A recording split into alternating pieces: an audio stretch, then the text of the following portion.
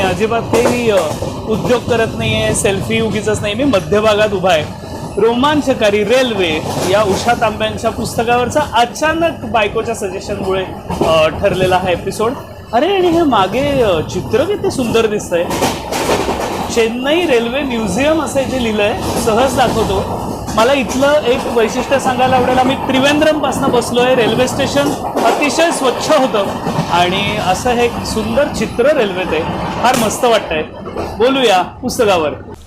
रेल्वेच्या या सगळ्या तांत्रिक बाजू जशा लेखिकेने मांडल्यात, तसं एक फार महत्त्वाचं अंग लेखिकेने मांडलंय आणि ते म्हणजे रेल्वेचे अपघात।